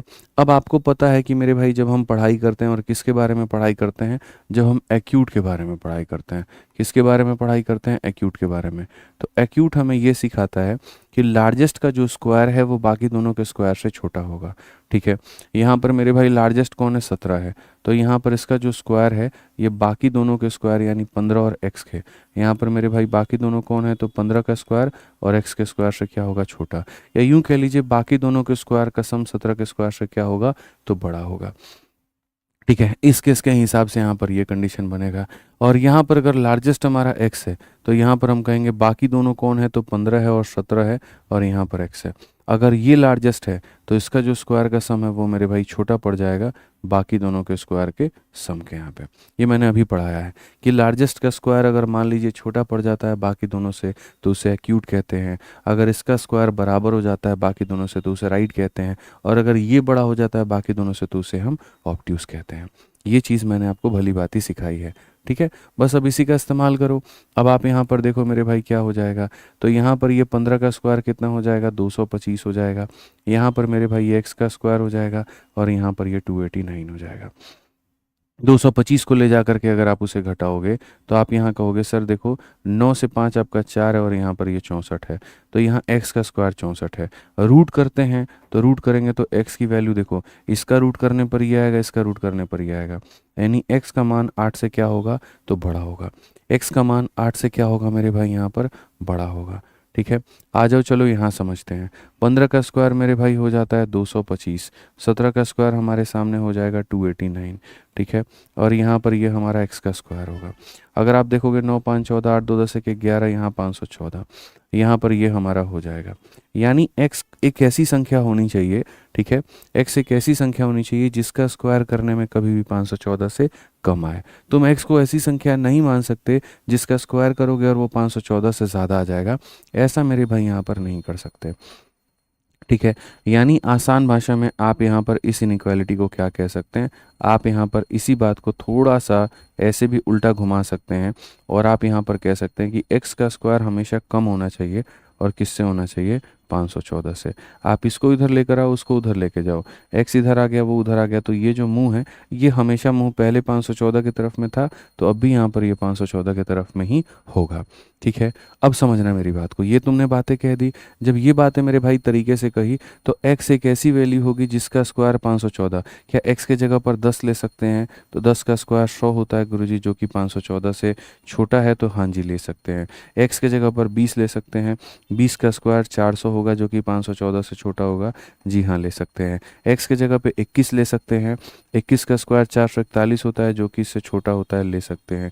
x के जगह पर 23 ले सकते हैं, 22 ले सकते हैं, तो 22 का मतलब 484 होता है, जो कि इससे छोटा होता है, तो जी हाँ ले सकते हैं। x की जगह पर 23 ले सकते हैं क्या? तो 23 का स्क्वायर 529 होता है, और 529 514 से छोटा नहीं होता, यानी आप यहाँ पर x की वैल्यू 23 नहीं ले सकते हैं। आप सर यहाँ 23 से छोटे जितने वैल्यूज़ हैं वो सारे के सारे ले सकते हैं, लेकिन आप मेरे भाई यहाँ पर x की वैल्यू 23 या 23 से बड़ा नहीं ले सकते हैं। यानी अगर हम बात करें तो यहाँ पर x का जो मान है आप यहाँ पर मेरे भाई 23 या 23 से छोटा ले पाएंगे। जैसे 23 लेंगे इसका स्क्वायर इसके बड़ा हो जाएगा, तो वहाँ पर वो नहीं ले पाएंगे, तो इसलिए वैल्यू आपको 23 से क्या लेनी है? छोटी लेनी है। वैल्यू आपको क्या लेनी है? 23 से छोटी लेनी है। ये सिर्फ और सिर्फ मेरा एक समझाने का तरीका है। ठीक है, तो यहाँ पर आपको 8 से बड़ा लेना है और यहाँ पर आपको 23 से छोटा लेना है। तो 8 से बड़ा लेने का मतलब हम 9 लेंगे, हम 10 लेंगे, हम 11 लेंगे, हम 12 लेंगे, हम 13 लेंगे, हम 14 लेंगे, हम 15 लेंगे, हम 16 लेंगे, 17 हो जाएगा, 18 हो जाएगा, 19 हो जाएगा, 20 हो जाएगा, 21 हो जाएगा और 22 हो जाएगा। इतने सारे वैल्यूज़ हम ले सकते हैं। 8 से हमें बड़ा लेना है और 23 से हमें छोटा। एक हो गया मेरे भाई, 1 2 3 4 5 6 7 8 9 10 11 12 13 14, कुल मिलाकर के कितने वैल्यूज़ हम ले सकते हैं? तो 14 वैल्यूज़ हम ले सकते हैं। तो आंसर हमारा कितना हो जाएगा? तो आंसर हमारा 14 हो जाएगा। आंसर हमारा कितना हो जाएगा? तो 14 हो जाएगा। अब कुछ लोगों के मन में ये शंका होगी कि क्या इतना लेंदी अप्रोच अपनाना पड़ेगा मुझे एक छोटे से सवाल को बनाने के लिए? तो पहली बात, ये सवाल छोटा नहीं है, CHSL में पूछा गया है और नानी याद दिला देता है। और दूसरी बात कि यहाँ पर इतना लेंदी तुम्हें नहीं जाना पड़ेगा, मैं इसको शॉर्ट में बता दूंगा, मैं इसको शॉर्ट में बता दूंगा, तुम टेंशन मत लो यहाँ पे। ठीक है, ये तुम्हें इतना लेंदी जाने की आवश्यकता नहीं है, तुम्हें इतना लेंदी करने की आवश्यकता यहाँ पर नहीं है। मैं अभी इसको शॉर्ट में समेट दूंगा। ठीक है, तो ये तुम्हारा क्लियर हो गया। अभी मैं समेटूंगा तुम्हें, एग्जाम्पल में भी और दे करके समेटूंगा। चलो एक और केस मेरे भाई मैं तुम्हें देता हूँ, और एक और केस मेरे भाई यहाँ पर मैं देता हूँ कि जैसे कोई एक ट्रायंगल है तुम्हारे सामने, देखो। ठीक है, यहाँ पर बस मुझे बता दो कितने एक्यूट एंगल बनेंगे। ये तुम्हारे सामने एक ट्रायंगल है, जब यहाँ इसमें शॉर्ट से बना लोगे ना, तो मेरे भाई यहाँ पर उसको भी तुम शॉर्ट से बना लोगे, कोई दिक्कत नहीं है। ठीक है, तो यहाँ पर मान लेते हैं कि एक की वैल्यू मेरे भाई यहाँ पर 5 है, और एक की वैल्यू 7 है, और तीसरे का मान मेरे भाई यहाँ पर x है। अब आप मेरे को बता दो यहाँ पर कुल मिलाकर के कि x के कितने तरह के वैल्यू पॉसिबल हैं। ठीक है, तो मेरे भाई फिर से वही बात आप यहाँ पर कहेंगे, गुरुजी जो केस 1 होता है, केस 1 के अकॉर्डिंग गुरुजी यहाँ पर क्या होगा? तो केस 1 के अकॉर्डिंग गुरुजी यहाँ पर ये होगा कि 7 सबसे बड़ी भुजा होगी। अगर 7 सबसे बड़ी भुजा होगी तो इन दोनों के स्क्वायर का सम हमेशा 7 के स्क्वायर से क्या होगा? तो बड़ा होगा। यानी यहाँ पर 5 के स्क्वायर सर यहाँ पर, और x का स्क्वायर जो होगा वो 7 के स्क्वायर से क्या होगा? तो बड़ा होगा। ये केस नंबर 1 बनाएगा। केस नंबर 2 यहाँ पर क्या बनेगा सर? तो केस नंबर 2 के अनुसार हो सकता है सर 7 सबसे बड़ी भुजा ना हो करके x सबसे बड़ी भुजा हो जाए, x सबसे बड़ी भुजा हो जाए। तो अगर x सबसे बड़ी हो जाएगा तो यहाँ पर 5 के स्क्वायर और 7 का स्क्वायर जो होगा वो सर यहाँ पर x के स्क्वायर से क्या होगा? तो बड़ा होगा। अगर यहाँ पर ये सबसे बड़ी भुजा है तो बाकी दोनों इससे बड़े होंगे, और अगर यहाँ पर ये सबसे बड़ी भुजा है तो बाकी दोनों इससे बड़े होंगे। बहुत आसानी में आप बना लोगे, दिक्कत की बात नहीं है। यहाँ पर मेरे भाई देखोगे तो बोलोगे सर यहाँ पर ये 25 है, और प्लस यहाँ पर x का स्क्वायर है, और यहाँ ये 49 है। अगर आप x के स्क्वायर की वैल्यू देखोगे तो सर इसको ले जा करके घटाओगे तो बोलोगे सर 24 आ रहा है। यानी x नाम की संख्या एक ऐसी लेनी पड़ेगी आपको जिसका स्क्वायर करने पे वो हमेशा 24 से बड़ा हो। क्या x के जगह पर आप 4 ले सकते हैं? 4 का स्क्वायर 16 नहीं। x के जगह पर 5 ले सकते हैं, तो 5 का स्क्वायर बिल्कुल। x के जगह 6 ले सकते हैं, बिल्कुल। x के जगह 7 ले सकते हैं, बिल्कुल। x के जगह आप 8 ले सकते हैं, बिल्कुल। यानी x के जगह पर मेरे भाई आप 5 ले सकते हो, 6 ले सकते हो, ऐसे करके। यानी आपको यहाँ पर क्या करना है? तो 4 से बड़ा करना है। ठीक है, आप समझिए मेरी बात को। आप यहाँ पर क्या कहेंगे? तो बोलेंगे सर देखो x की वैल्यू मैं यहाँ पर 4 ले पाऊंगा तो नहीं, मुझे 4 से क्या लेना होगा? तो मुझे 4 से बड़ा लेना होगा। ठीक है। अगर मैं यहाँ पर 4 रखता हूँ, 4 का स्क्वायर 16 आता है, 4 नहीं रख सकता, 4 से बड़ा लेना होगा, 4 से बड़ा लेना होगा, बस आप यहाँ पर ये समझ लो। ठीक है, अब यहाँ पर ये वाले केस में आते हैं और इस वाले केस को देखते हैं। 5 का स्क्वायर ये 25 है, 7 का स्क्वायर मेरे भाई यहाँ पर 49 है। ठीक है, और x का स्क्वायर इससे छोटा होगा। 9 5 14, 4 2 6 1 7, यहाँ पर इतना। ठीक है, अब यहाँ पर मेरे भाई इसको आप रिवर्स भी कह लो, जो यहाँ पर ऐसे लिखा गया आप इसको ऐसा भी कह सकते हो कि सर यहाँ पर ये जो होगा x नाम की संख्या सर मुझे ऐसी लेनी पड़ेगी जिसका स्क्वायर करने पे 74 से छोटा आएगा।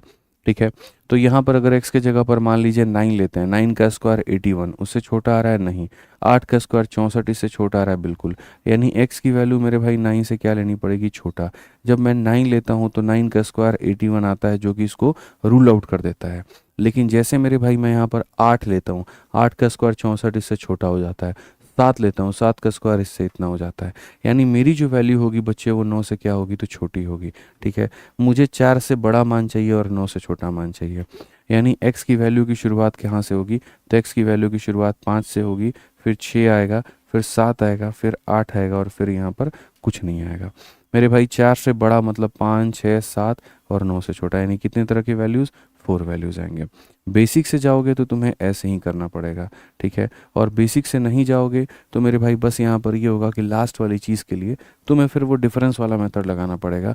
वो भी उतना ऐसा नहीं होगा मेरे भाई यहाँ पर कि बहुत उपयोगी होगा। जैसे हमने यहाँ पर क्या किया, हमने इसको 9 से लेकर के 22 तक लिखा है। अगर इसमें कोई बच्चा ऐसा होता कि 9 से 22 तक वो नहीं लिखना चाहता, तो वो यहाँ पर ये कहता 8 से बड़ा का मतलब होता है गुरुजी 9।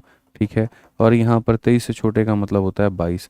9 से लेकर के 22 तक हमारी कितनी संख्या होती है, तो 9 से लेकर के 22 तक अगर तुम्हें कभी भी निकालना है तो मेरे भाई ऐसे तुम यहाँ पर कर लो।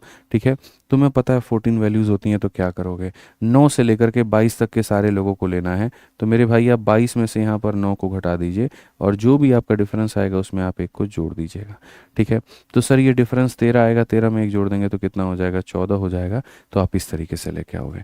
आपको एक एक वैल्यू लिखने की आवश्यकता नहीं पड़ेगी। आप शुरुआत वाला मान लिख लो, अंत वाला मान लिख लो, उनके डिफरेंस में एक जोड़ दो तो नंबर ऑफ वैल्यू।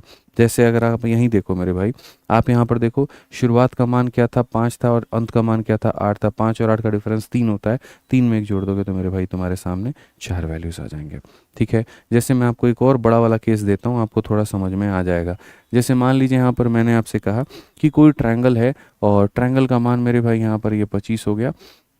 थोड़े बड़े में चलते हैं, और यहाँ पर ये 27 हो गया, और यहाँ पर ये क्या है, x है। अब मेरे को बताओ क्या होगा, कितने तरह के वैल्यू पॉसिबल होंगे। तुम्हें जब तक समझ में नहीं आएगा ना, मैं तब तक मेरे भाई बताऊंगा। तो पहले केस के अनुसार में जहाँ पर ये केस नंबर 1 बन रहा था, उस केस में अगर मानो 27 को हम बड़ा मान मानेंगे, तो 27 को बड़ा मान मानेंगे तो 25 और x का जो स्क्वायर होगा वो मेरे भाई हमेशा 27 से क्या होगा, तो बड़ा होगा। ठीक है, और दूसरे वाले केस के अनुसार अगर हम x को सबसे लार्जेस्ट साइड मानते हैं, तो मेरे भाई 25 और 27 का जो स्क्वायर होगा मेरे भाई यहाँ पर, ठीक है, उसके अनुसार मेरे भाई यहाँ पर ये क्या होगा, x से बड़ा होगा। अगर आप देखोगे सर यहाँ पर, तो आप सीधा सीधा कहोगे कि सर 27 का स्क्वायर कितना होता है, तो 27 का स्क्वायर सर हमारा हो जाता है 729 मेरे भाई यहाँ पर, और ये 25 का स्क्वायर हो जाता है 625 यहाँ पे। ठीक है, तो अगर हम देखें तो x का स्क्वायर जो है मेरे भाई यहाँ पर ये क्या है, ये बड़ा है, और ये किससे है, तो 104 से है। यानी यहाँ पर ये x की जगह 10 ले सकते हो, 10 का स्क्वायर 104, कभी बड़ा होगा नहीं। 11 ले सकते हैं, 12 ले सकते हैं, 13 ले सकते हैं, 14 ले सकते हैं, 15, मतलब x की वैल्यू यहाँ पर आपको 10 से बड़ी लेनी पड़ेगी। x की वैल्यू आपको 10 से क्या लेनी पड़ेगी, बड़ी लेनी पड़ेगी। क्या लेनी पड़ेगी, बड़ी लेनी पड़ेगी। आज ये चलिए यहाँ पर। ठीक है, अब देखिए 25 का स्क्वायर आपके सामने इतना है, 27 का स्क्वायर आपके सामने 729 है मेरे भाई यहाँ पर। ठीक है, क्लियर है ये बात, यहाँ कोई दिक्कत की बात है। ठीक है, 7 दूनी 14 28 और 4 32। ठीक है, और 2 का स्क्वायर बिल्कुल, और यहाँ पर ये कितना हो जाएगा, इतना हो जाएगा। अगर हम देखें 9 5 14, 2 2 4 1 5, और यहाँ 7 6 13। ठीक है, कौन ऐसी संख्या मेरे भाई जिसको हम इसको ऐसे भी लिख सकते हैं, इसको हम ऐसे भी लिख सकते हैं, सर x का स्क्वायर जो है यहाँ पर 1354 से छोटा है। यहाँ पर x के इसकी जगह पर आप क्या ले सकते हो, आप सोचो। अगर मैं इसके जगह पर 30 लूंगा तो 30 का स्क्वायर 900 मेरे भाई से छोटा होगा। अगर मैं इसके जगह 35 लूंगा, 1200 कितना हो जाता है, 1200, मतलब 35 भी इसके ऊपर में सक्सेसफुल होगा। तो यहाँ पर अगर मैं 36 लेता हूँ, 36 का स्क्वायर कितना होगा मेरे भाई यहाँ पर, आप जल्दी से बताओ। तो 36 का अगर हम स्क्वायर करें, 6 का स्क्वायर इतना, ठीक है। 36 मेरे भाई 3 हाथ में, 3 छक 18 दूना 36, 36 और 3 39 का 9, 3 हाथ में 1296। तो मेरे भाई हम यहाँ 36 भी ले सकते हैं। 36 का स्क्वायर 1296 होता है, जो इससे कम होता है। अगर हम यहाँ पर चाहें मेरे भाई 37 लेना, तो क्या 37 का जो स्क्वायर है मेरे भाई यहाँ पर, वो 1354 से मेरे भाई छोटा है। आइए देखते हैं।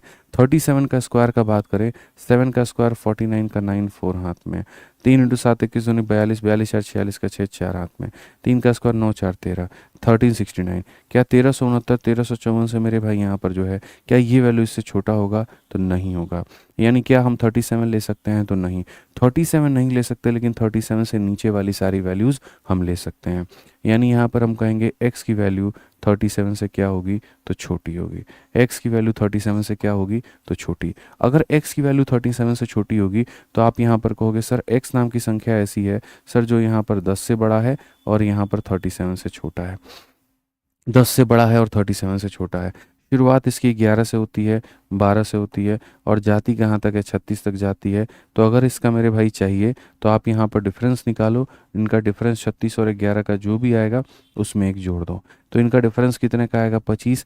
25 में एक जोड़ देंगे तो कितने तरह के? 26 तरह के ट्रायंगल होंगे। आंसर हमारा कितना आएगा? तो 26 होगा। सर 11 22 एक्यूट एंगल होगा सर। 22 मेरे भाई कहाँ पर तुम बात करते हो? बताओ यहाँ पे। ठीक है, ठीक है, बताओ जल्दी से बताओ। x की वैल्यू 10 लोगे, पॉसिबल है? 10 लोगे तो नहीं होगा, 11 से बात बनेगी ना, तो इसीलिए मैंने 11 से बात यहाँ पर की है मेरे भाई। और 28 एक्यूट एंगल होंगे। 26 होंगे ना मेरे भाई यहाँ पर, 28 कैसे हो जाएंगे? आप मेरे को बताओ। अरे यार देखो, तुम लोग ये 10 पे कंफ्यूज होते हो। मैं कहता हूँ 10 को गोली मारो, तुम यहाँ भी गोली मारो। मैं यहाँ पर खाली ये कहता हूँ सबको गोली मारो यार, तुम यहाँ पे सबको तुम गोली मारो। मैं तुम्हें बता रहा हूँ, ये तुम्हारा एक्स है ना मेरे भाई यहाँ पर। तुम बताओ क्या यहाँ पर तुम जो है, देखो यहाँ पर सबसे बढ़िया बात है, मैं तुम्हें आसान भाषा में समझाता हूँ। अगर मैं यहाँ 10 लूँगा, 10 का स्क्वायर 100 इससे बड़ा नहीं होगा, यानी एक्स की शुरुआत मेरे को 11 से करनी पड़ेगी। बात खत्म। एक्स की शुरुआत मेरे को 11 से करनी पड़ेगी, फिर 12 आएगा और इस तरीके से करके आएगा। तो शुरुआत का बिंदु मुझे मिल गया, शुरुआत का बिंदु मुझे मिल गया। ठीक है, अंत का बिंदु देखता हूँ। अगर मैं 36 लूँगा तो उसका स्क्वायर इससे छोटा मिलेगा, लेकिन अगर मैं 37 लूँगा तो इससे मेरे भाई बड़ी वैल्यू मिलेगी। 37 लूँगा तो इससे बड़ी वैल्यू मिलेगी। यानी मैं जा कहाँ तक सकता हूँ? तो 36 तक। ठीक है, तो मैं शुरू करूँगा मेरे भाई 11 से, जाऊँगा मैं 36 तक। मैं शुरू करूँगा 11 से और जाऊँगा 36 तक। तो यहाँ पर n के कितने मान पॉसिबल होंगे? तो बोलोगे सर यहाँ पर लास्ट में से फर्स्ट को घटा करके एक जोड़ दीजिए। तो सर यहाँ 25 में एक जोड़ दीजिए, यानी 26 हो जाएगा। इतना परेशान क्यों होते हो? तुमसे इनइक्वालिटी नहीं लिखा जाता है तो तुम मत लिखो, कोई बात नहीं। तुम खाली देख लो सर पहला मान कौन है जहाँ से शुरू होगा, तो पहला मान गुरुजी 11 है। और अंत मान कौन है जहाँ पर खत्म होगा, तो अंत मान हमारा 36 है। 11 से 36 कितने वैल्यूज़ होते हैं? तो 26 वैल्यूज़ होते हैं। ऐसे कर लो। ठीक है, अब यहाँ पर देखो मेरे भाई, ये वाला क्वेश्चन है 26। Length of the side of a, यहाँ पर जो है एक्यूट एंगल ट्रायंगल, आर 5 है, एक्स है 12 है। तो यहाँ पर how many integral solution are possible?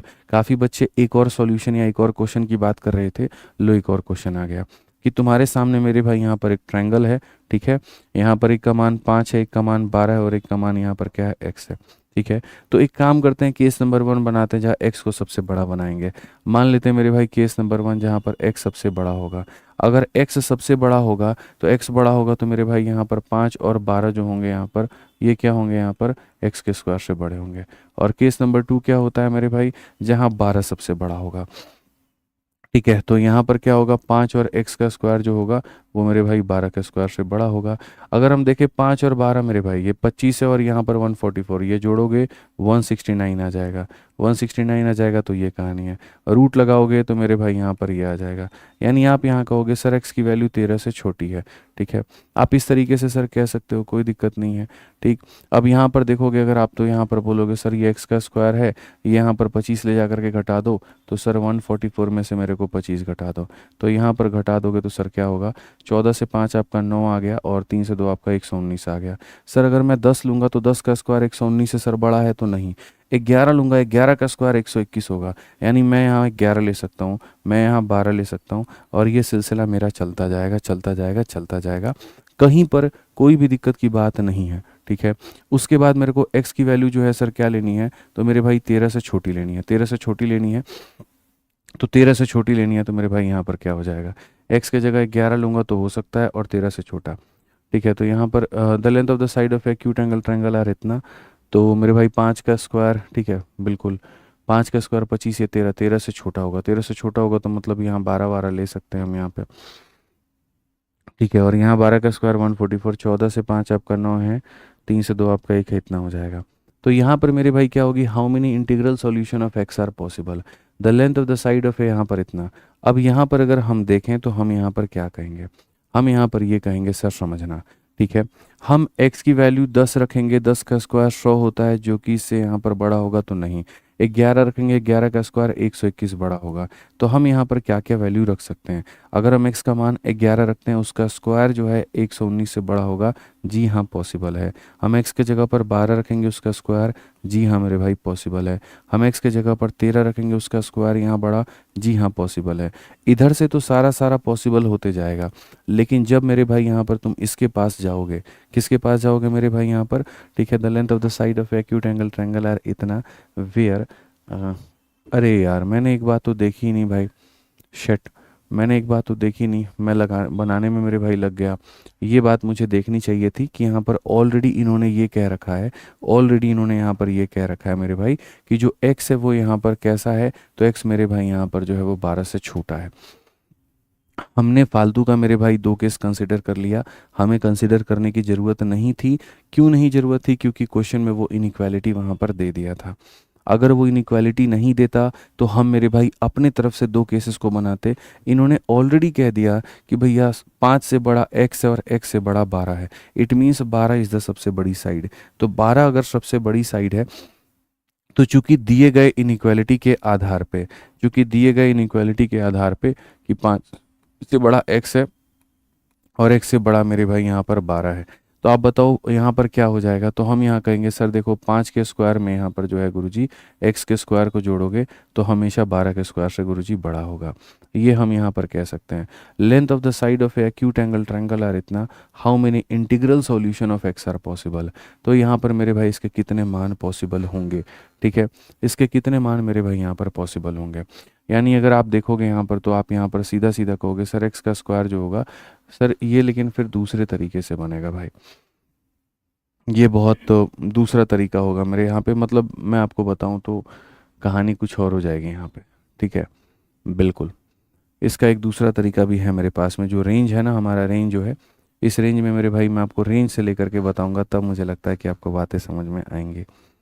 Range में आपको यहाँ पर ये जो 10 था और यहाँ पर ये 37 था, 37 डिफरेंस 27 यहाँ पे, ठीक है, ये रेंज से मुझे समझाना पड़ेगा। रेंज से बताऊँ, समझ जाओगे, बोलो। रेंज से मैं बताता हूँ, काफ़ी लोग इसका आंसर 111 बता रहे हैं, असल में यहाँ पर इसका आंसर 1 नहीं होगा।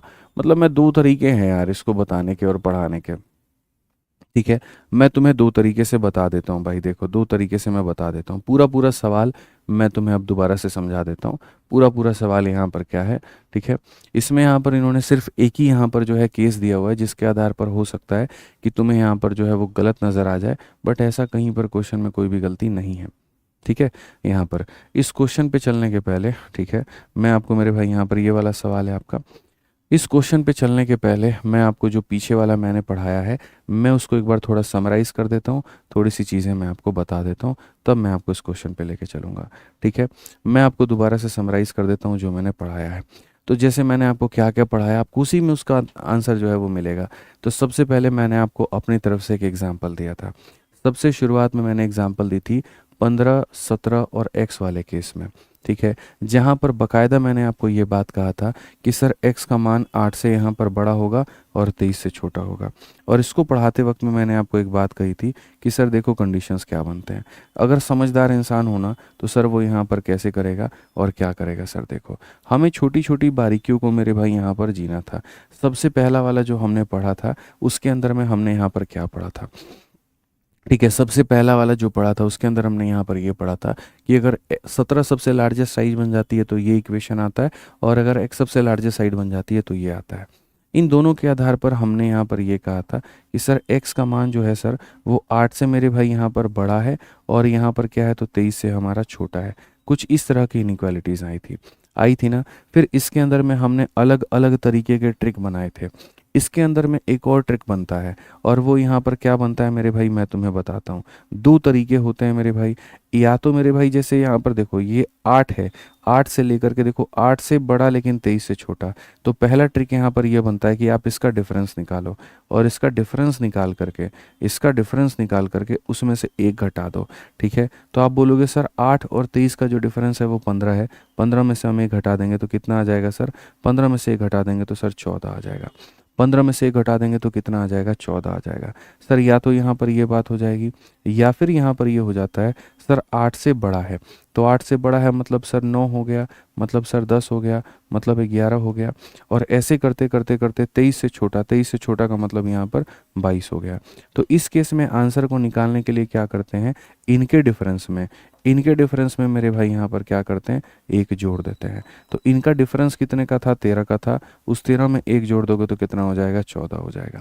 ठीक है, अगर तुम ये जो इनइक्वालिटी है वहाँ से तुम डायरेक्ट आंसर निकालना चाहते हो, तो इनइक्वालिटी में इनके डिफरेंस में से एक घटा दो तो आंसर आ जाएगा। और अगर उस इनइक्वालिटी को वैल्यूज़ में लिख करके आंसर लाना चाहते हो तो उनके डिफरेंस में एक जोड़ दोगे तो तुम्हारा आंसर आ जाएगा। इस तरीके से मेरे भाई तुम समझ सकते हो। ठीक है, दूसरे वाले केस में भी लेकर के चलता हूँ जहाँ पर मैंने तुम्हें बताया था ये वाला एग्जाम्पल। ठीक है, जब ये वाला एग्जाम्पल लास्ट में मेरे भाई मैंने आपको बताया तो आपके सामने यहाँ पर वैल्यू क्या निकल करके आई थी, x का मान क्या कहोगे, तो गुरुजी 4 से बड़ा है और यहाँ 9 से छोटा है। ये वाला इक्वालिटी, ये वाला केस आपके सामने बना था। तो मैंने अभी आंसर में यहाँ पर क्या कहा कि अगर आप इनइक्वालिटी से आंसर देना चाहते हैं, इसका डिफरेंस कितना है, इनका डिफरेंस 5 है, उनके डिफरेंस में से घटा दीजिए तो आंसर कितना आ जाएगा, 4 आ जाएगा। और नहीं तो मेरे भाई अगर आप इनइक्वालिटी से नहीं जा करके डायरेक्ट जाना चाहते हैं तो x की वैल्यू 4 से बड़ी है मतलब 5 होगा, 6 होगा, और ऐसे कर करके, और 9 से छोटा का मतलब यहाँ पर इतना होगा। तो उस केस में आंसर को लाने के लिए इनका जो डिफरेंस आएगा वो 3 आएगा, उसमें एक जोड़ना पड़ेगा तो जा करके 4 आएगा। ऐसे भी 4 आएगा और ऐसे भी 4 आएगा, दोनों में जिस तरीके से आप जानते हैं आप उस तरीके से चले जाइए। तो पहले वो एक x की एक इनइक्वालिटी निकालनी पड़ती है। तो यहाँ पर इस वाले क्वेश्चंस में क्या हुआ करता था, ऐसे वाले सवालों में मेरे भाई यहाँ पर एक केस 1 मानते थे और एक केस 2 मानते थे और x की इनइक्वालिटी लाते थे और इनइक्वालिटी ला करके हल करते थे। आज मेरे लिए इतना काम मेरा आसान हो गया है। आप यहाँ पर इनफैक्ट इस वाले क्वेश्चन में भी देखो, मैंने यहाँ पर जो है ना 25 और 27 वाले क्वेश्चन में, आप इनमें भी मेरे भाई यहाँ पर देखो 25 27 वाले में मेरे भाई x की वैल्यू क्या थी, तो x को मेरे भाई 10 का स्क्वायर मेरे भाई इतना, यानी x की वैल्यू क्या थी यहाँ पर, तो x को मेरे भाई यहाँ 10 से बढ़ा लेना पड़ता, तो मुझे 10 से बढ़ा लेना पड़ता। और x के जगह पर मुझे यहाँ जाए 36 है मेरे भाई, यहाँ पर मुझे क्या करना पड़ता आप बताओ, तो मेरे भाई यहाँ पर 37 से मेरे भाई छोटा लेना होता, 37 से क्या लेना होता, छोटा लेना होता। आप समझ रहे हो मेरी बात को लेकर के, आप समझो मेरे भाई यहाँ पर बात को। ये जो इतना लंबा चौड़ा हमने किया था मेरे भाई, इतना करने की आवश्यकता नहीं थी, बहुत तरीके से हम यहाँ पर जो है वो बना सकते थे कि सर x का मान इससे, अब इनका जो डिफरेंस है आंसर में हम क्या लेंगे, इनका जो डिफरेंस है वो कितना है 27 है, उसमें से एक कम कर दो तो आंसर 26 आ जाएगा। इस तरीके से था। तो हम यहाँ पर क्या कर रहे थे कि पहले वाली स्थिति में हम अपने इनइक्वालिटीज़ बनाते थे, यहाँ केस 1 बनाते थे, केस 2 बनाते थे और उससे एक इनइक्वालिटी लेकर के आते थे और उसमें क्या करते थे, इनके डिफरेंस में से एक घटा देते थे। अब यहाँ पर हमारे सामने इस क्वेश्चन में मेरे लिए फ़ायदा इतना है कि आपको कोई केस 1 नहीं बनाना, आपको कोई केस 2 नहीं बनाना। इन्होंने खुद कहा है कि यहाँ एक्यूट एंगल ट्रायंगल के मेरे भाई यहाँ पर एक 5 है, एक x है और इतना है। ठीक है, तो सोचो इतनी मेहनत करने के बाद में, ये केस 1 लिखने के बाद, केस 2 लिखने के बाद हम इस निष्कर्ष पर पहुँचते थे और यहाँ पर इन्होंने ऑलरेडी वो निष्कर्ष दे दिया है कि ये जो तुम्हारा x है ये तुम्हारा 5 से बड़ा है और ये तुम्हारा 12 से छोटा है। तो जब ये निष्कर्ष इन्होंने ऑलरेडी पहले दे दिया तो मेरा काम सिर्फ यहाँ पर इतना सा बन जाता है, ठीक है, कि जब मेरे पास में ये निष्कर्ष होता है तो मैं इनके डिफरेंस से घटा देता हूँ। तो यहाँ पर जब मेरे पास में ये निष्कर्ष है तो मेरा काम कितना हो जाएगा, तो मेरा काम हो जाएगा जो इनका डिफरेंस है मेरे भाई यहाँ पर, इस डिफरेंस में से क्या कर दूँ तो एक घटा दूँ। यानी ये डिफरेंस कितने का है, तो 5 12 का डिफरेंस 7 है, 7 में से एक घटा दूँ तो यहाँ पर ये। आपको कोई केस 1 बनाने की ज़रूरत नहीं, आपको कोई केस 2 बनाने की ज़रूरत नहीं, आपको कोई यहाँ पर कुछ करने की ज़रूरत नहीं है। इसमें तो और अच्छी बात ये थी कि इन्होंने कंक्लूजन आपको दे दिया और कंक्लूजन दे दिया तो आपका जो काम है वो मेरे भाई आसान हो गया। कहीं पर आपको कोई लॉन्गेस्ट साइड नहीं मानना कि फलाने का स्क्वायर फलाने के स्क्वायर से बड़ा होगा या छोटा होगा, कहीं पर कुछ भी ऐसा मानने की ज़रूरत नहीं है। नहीं है मतलब नहीं है, आप इस बात को मान करके चलिए। समझ रहे हैं मेरी बात को यहाँ पे, ठीक है। अब यहाँ देख लीजिए आपका 27 नंबर क्वेश्चन है मेरे भाई, यहाँ पर 27 नंबर क्वेश्चन अंतिम है। अब इसके बाद हम आगे बढ़ते हैं और ये हमारा अंतिम क्वेश्चन है, ये खत्म करेंगे। यहाँ पर मेरे भाई क्या कहा गया है जरा पढ़िए। यहाँ पर ये कहा गया है if an acute angle triangle the side are 8 15, यहाँ पर ये 8 है और ये 15 है और यहाँ पर ये कितना है x है मेरे भाई। ठीक है, x एक इंटीजर है तो यहाँ क्या होगा। अब देखो इसमें कहीं पर भी दूर दूर तक तुम्हारे सामने ये नहीं बोला गया है कि यहाँ लार्जेस्ट साइड कौन है। यहाँ 8 लार्जेस्ट साइड है, 15 लार्जेस्ट साइड है, x लार्जेस्ट साइड है, कौन है मेरे भाई यहाँ पर। तो ये मेरे भाई जब लार्जेस्ट साइड के बारे में नहीं दिया गया तो हम यहाँ पर क्या करेंगे, तो हम यहाँ पर बोलेंगे सर फिर से वही बात, केस नंबर 1 बनाएंगे। केस नंबर 1 के अनुसार सर हम 15 को लार्जेस्ट साइड मानेंगे। तो सर अगर 15 को लार्जेस्ट मानेंगे तो यहाँ पर क्या होगा, तो सर यहाँ पर 8 का स्क्वायर और सर x का स्क्वायर बड़ा होगा मेरे भाई 15 के स्क्वायर से। ठीक है, और केस नंबर जो 2 होगा सर यहाँ पर उसमें हम x को लार्जेस्ट साइड मानेंगे। तो x को मानेंगे तो सर 8 का स्क्वायर और 15 का स्क्वायर बड़ा होगा सर यहाँ पर x के स्क्वायर से। ठीक है, यहाँ पर मेरे भाई क्या हो जाएगा, तो यहाँ बोलोगे सर ये 15 का स्क्वायर कितना होता है 225 होता है, ये 8 का स्क्वायर ले जा करके 64 उसमें घटा देगा। तो x का जो स्क्वायर होगा सर यहाँ पर 5 से 4 आपका 1 है और 22 में से 6 गया तो मेरे भाई 16 है, यानी इसका स्क्वायर 161 से क्या होगा तो बड़ा होगा। ठीक है, अब मेरे भाई बताओ मेरे को यहाँ पर इनइक्वालिटी लिखने में, क्या मैं 10 ले सकता हूँ, 10 का स्क्वायर बड़ा होता है नहीं, 11 ले सकता हूँ उसका स्क्वायर बड़ा होता है नहीं, 12 उसका स्क्वायर बड़ा होता है नहीं, मैं 13 ले सकता हूँ। ठीक है, 13 का स्क्वायर यहाँ पर 169 होगा बड़ा, यानी मैं 12 से बड़ा वैल्यू, 12 से क्या चाहिए 12 से बड़ी वैल्यू। ठीक है, मैं 13 ले सकता हूँ, 14 ले सकता हूँ, 15 ले सकता हूँ, 16 ले सकता हूँ, 17 ले सकता हूँ, यानी मैं 12 से बड़ा मान मुझे लेना पड़ेगा, 12 से बड़ा मान मुझे लेना पड़ेगा। अब आ जाओ इस वाले केस में, 8 के स्क्वायर में 15 के स्क्वायर को जोड़ेंगे 17 का स्क्वायर आएगा, मतलब 289 आ जाएगा। ठीक है, अगर हम यहाँ पर मेरे भाई दोनों साइड में रूट करेंगे तो यहाँ पर जो है आप देखो ये मेरे भाई सीधा सा बात है 8 के स्क्वायर सॉरी 17 का स्क्वायर। अब यहाँ पर रूट करो मेरे भाई, दोनों साइड रूट करोगे तो यहाँ पर ये मेरे भाई हो जाएगा, यानी x की वैल्यू आप क्या लोगे तो मेरे भाई यहाँ पर 17 से छोटी, तो x की वैल्यू यहाँ पर क्या लोगे तो 17 से छोटी, x की वैल्यू क्या लोगे तो 17 से छोटी, 12 से बड़ा 17 से छोटा, 12 से बड़ा 17 से छोटा। तो आंसर मेरे भाई यहाँ पर क्या होगा, तो आंसर बहुत तरीके से आप कहोगे सर इनका डिफरेंस, डिफरेंस कितने का है 5 का है और उसमें से एक कम कर दो तो आंसर कितना हो जाएगा 4 हो जाएगा। 4 का मतलब ऑप्शन नंबर क्या होगा सी होगा। 4 का मतलब क्या होगा, ऑप्शन नंबर क्या होगा मेरे भाई यहाँ पर सी होगा। तो मुझे लगता है कि अब आपको क्लैरिटी बहुत तरीके से मिल गई। ठीक है, कोई दिक्कत की बात यहाँ पर नहीं आई कि सर एक्यूट वाला जो ये केस है, मैंने इसलिए कहा ना शुरू में, मैंने क्या कहा था कि इस क्वेश्चन को जिसको तुम हल्के में समझ रहे हो, ये क्वेश्चन हल्का नहीं है, ये बहुत बढ़िया लेवल का क्वेश्चन है। 2 केसेस बनते हैं, केस नंबर 1 बनता है, केस नंबर 2 बनता है, इनइक्वालिटी लिखी जाती है और उससे इनइक्वालिटी में इनके डिफरेंस में से क्या किया जाता है, एक कम किया जाता है। ठीक है, समझ में आ गया बात यहाँ पे। चलो आ जाओ आगे। अब यहाँ पर जो है कल पढ़ेंगे हम किसके बारे में, ऑब्ट्यूज एंगल ट्रायंगल के बारे में। तो टाइप्स ऑफ ट्रायंगल में 3 क्लासेस हमने पढ़ ली, राइट के बारे में, एक हमने पढ़ी है एक्यूट के बारे में। कल हो सकता है एक पूरी क्लास मेरे भाई यहाँ पर निकल जाए और वो पूरी क्लास हो सकता है ऑब्ट्यूज के अंदर में निकल जाए यहाँ, बट बढ़िया तरीके से मेरे भाई यहाँ सीखेंगे। ऑब्ट्यूज की भी खुद की काफ़ी सारी प्रॉपर्टीज़ हैं, उसके बाद टाइम नहीं लगेगा, उसके बाद मेरे भाई बहुत आसानी से आप यहाँ पर पढ़ पाओगे। ठीक है, कुल मिलाकर के 51 क्वेश्चन है, लेकिन क्लासेस के मैटर में आपकी 7-8 क्लासेस लग सकती हैं। ठीक है, मैं बहुत आराम से बहुत तसल्ली से मल्टीपल एग्जांपल्स दे करके आपको पढ़ा रहा हूँ। ठीक है, ताकि कहीं पर कोई भी दिक्कत किसी भी भाई को मेरे नहीं आए, कहीं पर कोई भी इशू मेरे भाई यहाँ पर नहीं आए।